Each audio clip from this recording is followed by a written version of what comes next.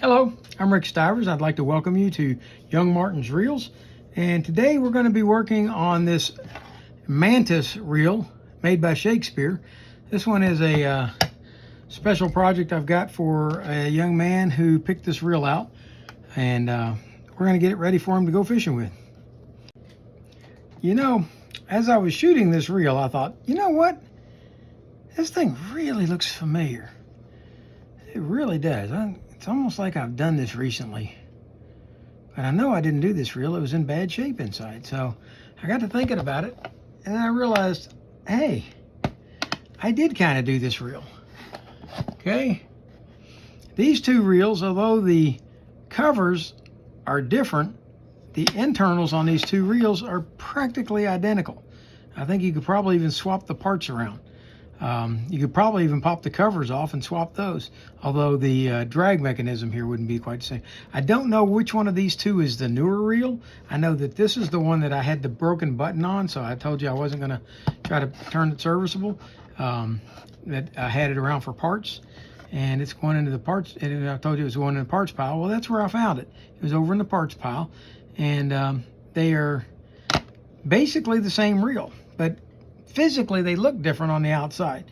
But I'm going to go ahead and post this one, since I did this reel specifically for a young man. I'm going to go ahead and post this video as well, and that way he'll have his own personal video out there that he can use for years to come, taking his reel apart and servicing it. So just wanted you guys to know. All right, later. So we're going to start off by taking the handle off.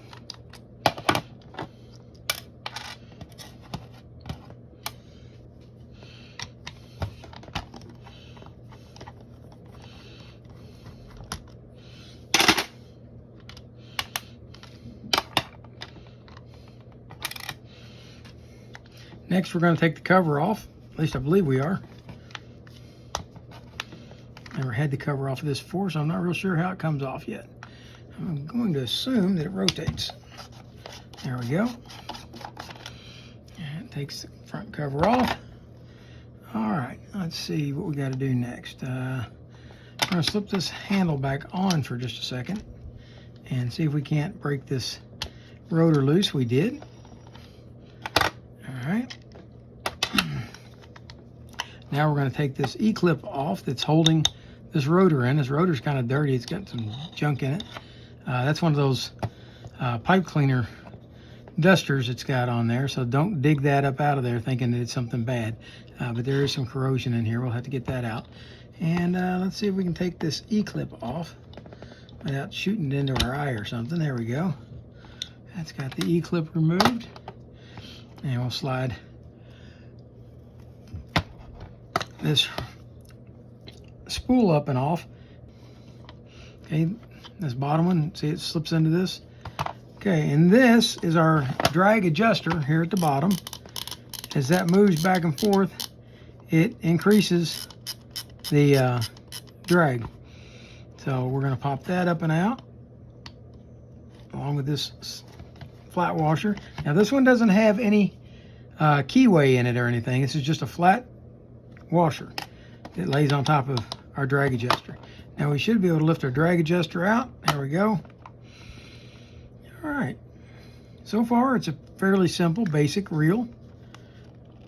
And let's see if we can get the back off of it. Nope, not yet. We've got a screw.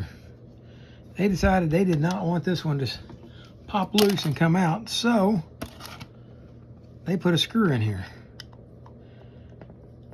And I won't guarantee you that that's original to the reel, because I don't have a schematic for it. But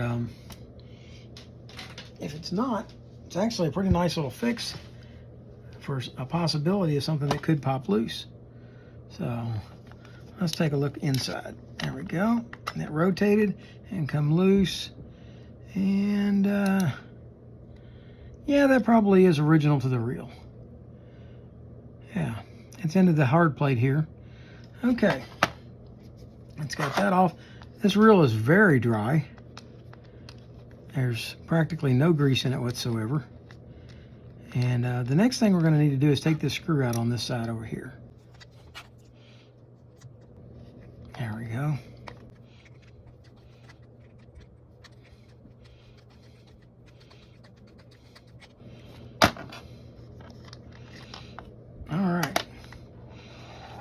that out. This one here will slide out of the other side. And I believe that this reel is reversible. You could put this handle on either side. And now we're going to take out these 4 screws and slide this drive shaft out. All right. First off, the whole thing slid out the front. So now that it's out of the front, now we're going to do that.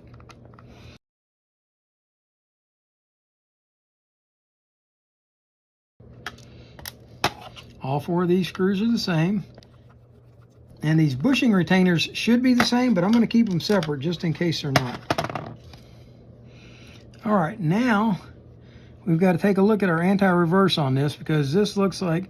I saw online last night that somebody was trying to put the anti-reverse back together in a Zebco 140 L144, and they're having a lot of difficulty with it. Well, this anti-reverse in this reel is almost exactly the same. Let's see here. Make sure it's working. Okay, it is working, and it just popped out because I'm not holding it. Okay, so let's slide this out, and let's get a really good look at how the anti-reverse dog goes in. I'm going to shift a little bit of light to make sure that we can see it good. There's the anti-reverse dog sitting in that corner. Okay, and see how it sits. The longer piece comes up to the back.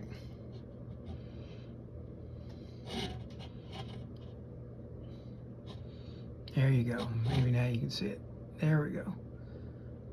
Okay, that's how it sits. And see that notch in the middle of it?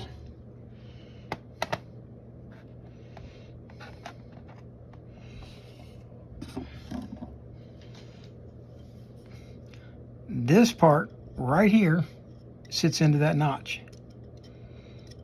All right, now you've got this spring, and the spring's going to want to pop off. When you go to clean this, this spring is going to want to pop out of here. So what we're going to do, we're going to go ahead and remove it so you can see how it's set up. We're going to take off the bushing. All right, now see the spring goes through right here. It's got this little dog leg on it right here. And I'm going to just get up close. Instead of zooming all the time, I'm going to try to get us in close where we can see what's going on. Okay, we've got this dog leg right here that fits through right here, and then it comes down and it wraps around and back over to here and stops. Now notice there's no groove for that to sit in. There's no groove cut in it. It just sits there and holds itself in place by nothing but more than tension. All right, so this is going to go on just like this.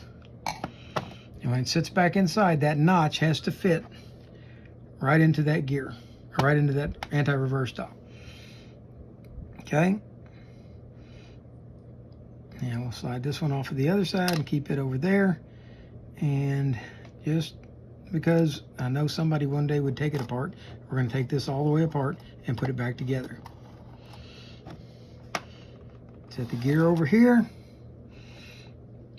We're going to come back and fish the anti-reverse dog out of its slot. We're going to hold that gear in place right there for a second. There we go. There's that gear, our anti-reverse dog.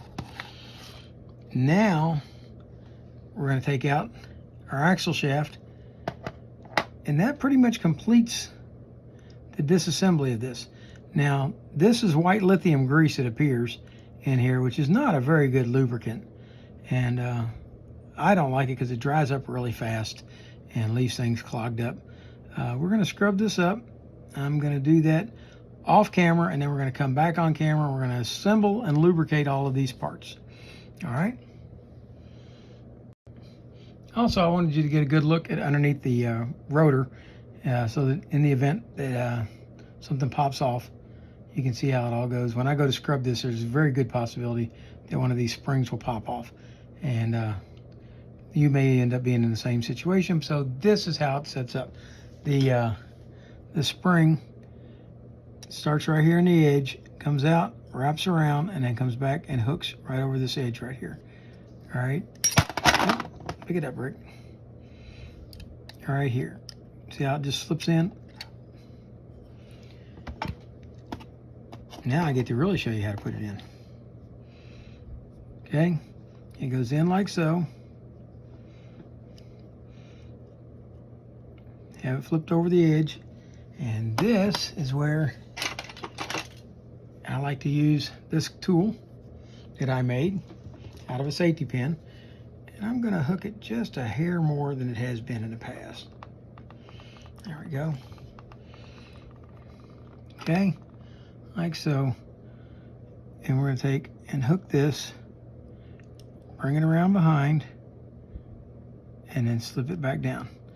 And that's how that spring goes. All right, try not to shoot it across the room like I just tried to do. I did decide to go ahead and show you cleaning out this pinion gear, just to make sure, if you're a newbie to my channel, that you know how this is done. I just take a ice pick and scrape it. And I'll take a wire brush and brush it out good.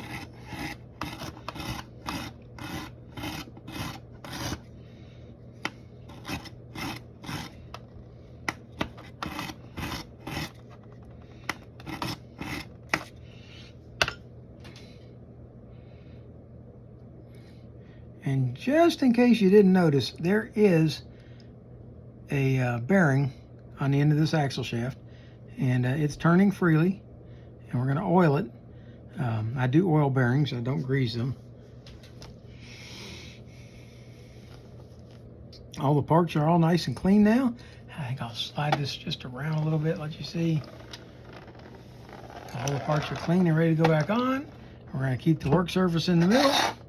And we are going to start off by reinstalling the axle assembly back in here. Oh, by the way, in the event that you were having difficulty with this drag and needed to work on it, what you can do, I'm just go ahead and do it real quick, is you can pop off this C-clip right here.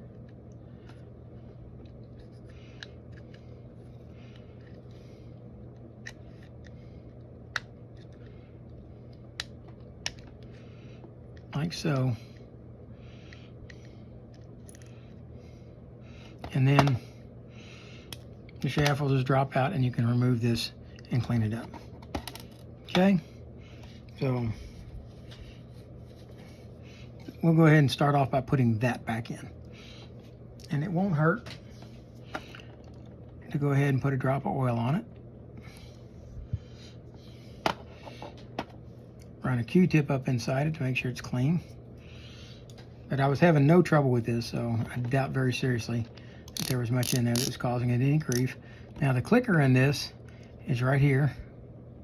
Where is it? Yeah, right here. Here's your clicker right here. Okay, if you break that, that's going to be difficult to ever repair, so be careful with that when you're cleaning. Okay, now we're going to put the shaft back in. Like so.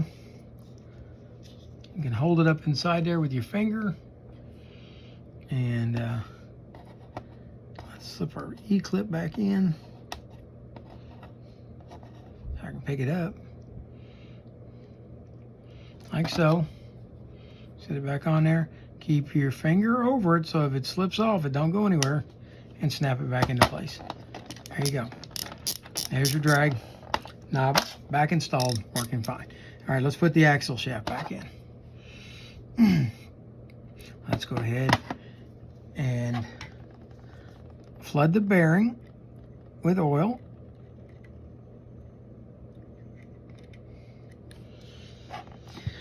Spin it around a few times, make sure that it's free flowing. Now I'm going to put some oil on this shaft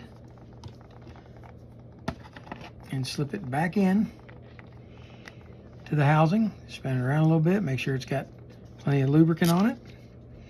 And now it's time to come back and reinstall this crankshaft assembly. And this is where things are going to get a little tight.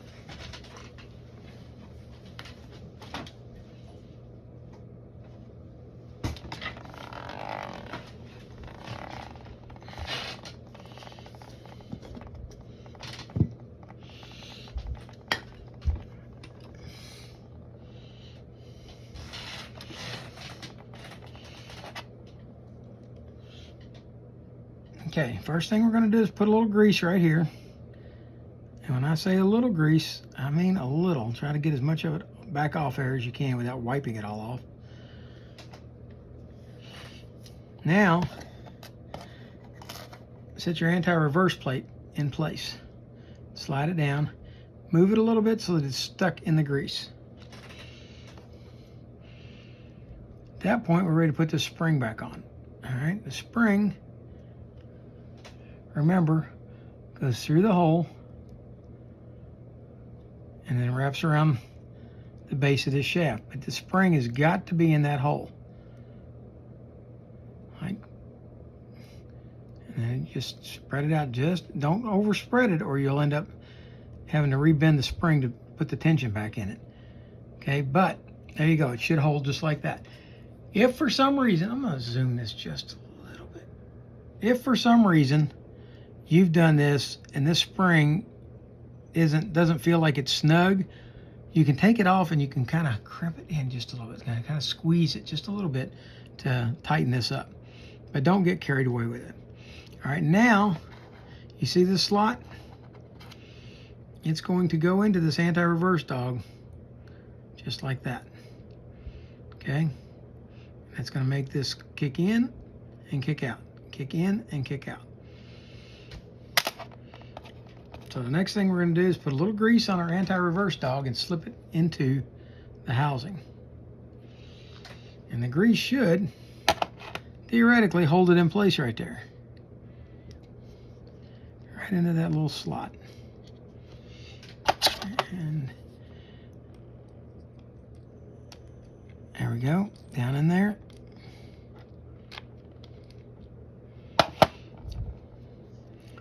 Now, let's take our crankshaft and slip it back in. Oh, hang on. We need two things. One, we need a little grease on here, a little grease on here, and we need these two bushings to be reinstalled. One on each side. Like so. Now, let's see if we can get this to slip back in. Remember that notch has to go into, or the slot has to go into this notch.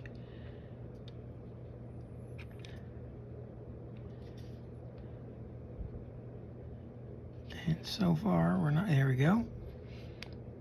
Everything fits down. Now you can kind of hold this down by holding onto the bushing and see if the anti-reverse will work.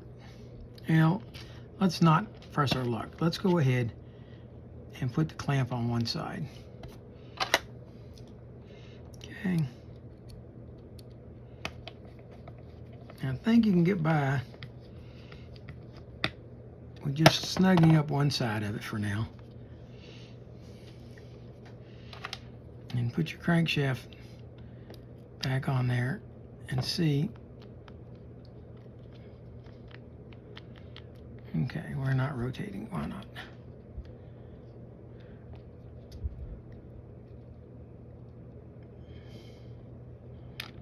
There we go.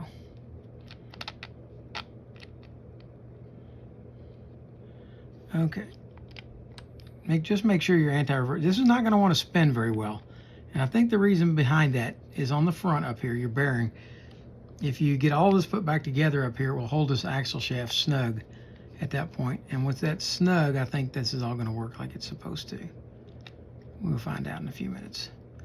All right, so let's go ahead. But your anti-reverse dog is in position and it's flipping back and forth. So don't get carried away with trying to rotate that right now.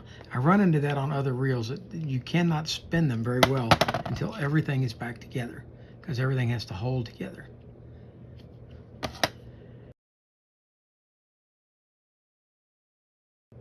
All right. Still probably not going to want to turn. There it goes. There we go. And no it's got a good anti-reverse. All right, before we go putting this all the rest of the way back together, let's go ahead and grease our main gear.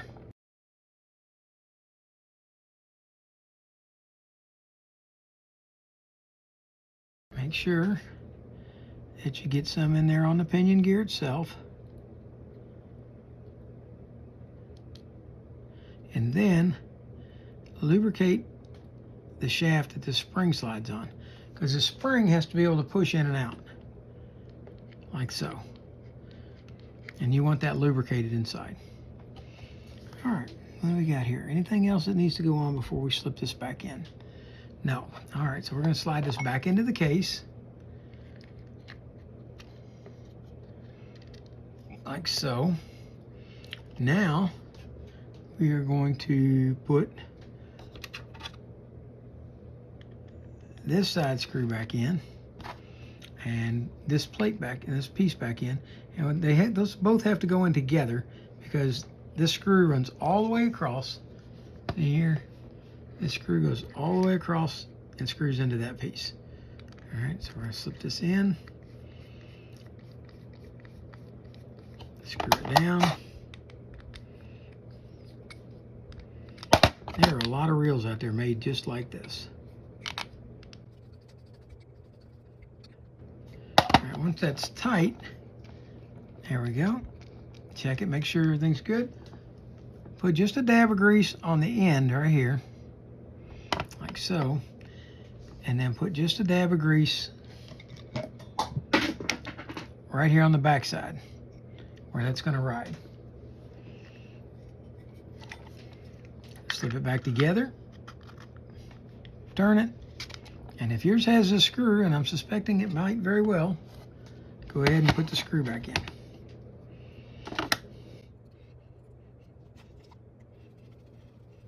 If they don't all have it, they ought to. That's a nice little mod, if it is a mod, not original to it. And that brings us back to the front. Now, parts that are going to have to go in the front. First off, this assembly right here. And this is your drag mechanism. It's going to drop in here. And it's got two teeth here that have to line up to two of these three in here. And why it doesn't have a third one, you'd think it was broke, but it's not. That's the way it's made. Okay, so when you put this in, you want to be able to rotate it like this. Make sure it free flows all the way through, but then when you're done, go ahead and rotate it all the way back, because this is the down position. This is the position you want to be able to put all this back in. On this plate, you want to put a thin coating of grease. And the reason I do that, if you looked at the reel when I took it apart, there was a very fine layer of corrosion on it. And with that layer of corrosion, it's going to eventually eat it up if you don't do something to protect it. So with that little bit of grease on there, that'll help protect it and keep it from getting corroded. We're going to do the same thing with this. Then we'll go our keyed washer. Slides down on there. It's keyed to this shaft. And then it's going to come, I'm pretty sure it's going to be this one, this drag washer. We'll put that on, move it around a little bit. Let's lubricate it with some drag washer grease so that it can slide. Yeah, somebody had put those two together and they did not belong together. That's what's caused it all to stick. All right, now put on your spool. Lubricate this a little bit more. Put on your Teflon washer, which isn't technically supposed to need grease, but we're going to put some on there, and the reason we're doing it is because of the corrosion that we've seen inside here. We want to try to give it as good a shot at running as it can have. Now, put this last washer on. Make sure to line up the keyway, like so. And slide down. And it's time to put the E-clip back on. Now, you've got to make sure that that E-clip is fitting down into the groove. Otherwise, you're going to stretch it out of shape trying to snap it in where it doesn't belong. Okay. Are we all the way down? I believe we are.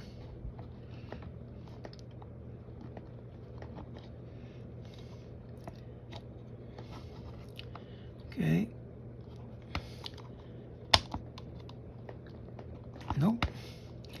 And this may have a keyway that I didn't see on that shaft. It has a proper way to go on. There it is. Comes in from the top. Okay, if you don't bring it in from the top, it won't go all the way down. Once you got that in, wipe it off. Like so. So it's nice and pretty again. And yet it's going to still have that nice thin coating of grease on it that'll help protect it.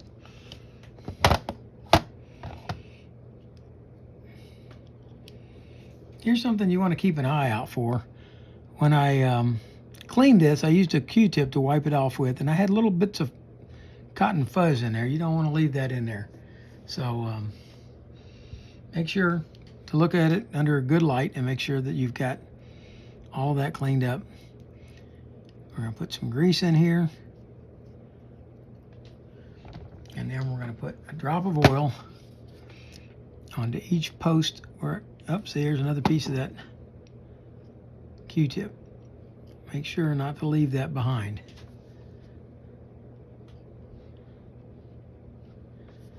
Okay.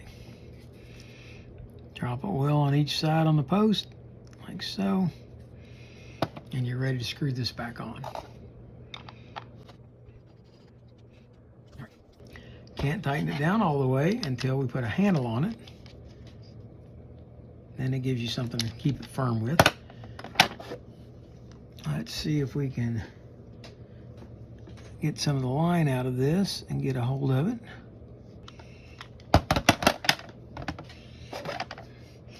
Okay, next we're going to put the line through the cover. Put the cover on. Now this line's got to be stripped off of here. The line is not worth having, so it's still got to be stripped off, but we need it on there to see how this is going to work. Okay, next we put our washer on, we put our handle on, we tighten our nut down,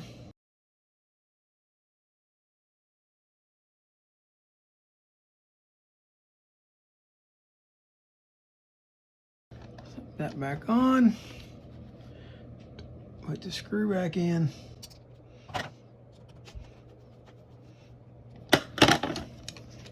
and let's see what we have. We have a Shakespeare Mantis. Push button works beautifully. The handle rotates, winds in nicely.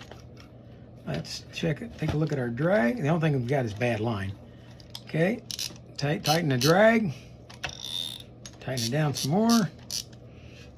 Oh yeah.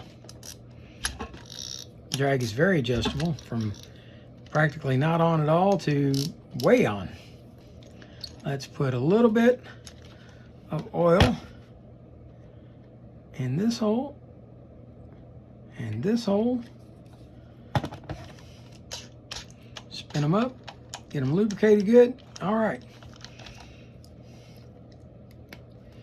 There we have the Shakespeare Mantis spin cast reel, ready to go down to Three Rivers and fish and catch catfish and bass and anything else young man wants to catch. All right. If you like what you saw here today, please hit the like button. If you didn't like it, that's okay. Hit the dislike button. But I would appreciate if you let me know what you didn't like so I can try to improve it. And if you'd like to see more videos like this and you're not subscribed, please hit the subscribe button. I'd be happy to have you join us. We're on our way swiftly to 200 subscribers. So it took me 3 months to get up to 100, but it's only taken me a month to jump from 100 to almost 200. So we're doing good. Yesterday's video was the 100th Young Martin's Reels video, and today's makes 101. Tomorrow, I think we're going to go ahead and do the vintage Zebco Model 11, and I'm doing that for P-Tune family, or fam. We're going to see if we can get yours up and running by getting this one up and running so that you know what's going on. And for now, that's Rick Stivers with Young Martin's Reels, signing out.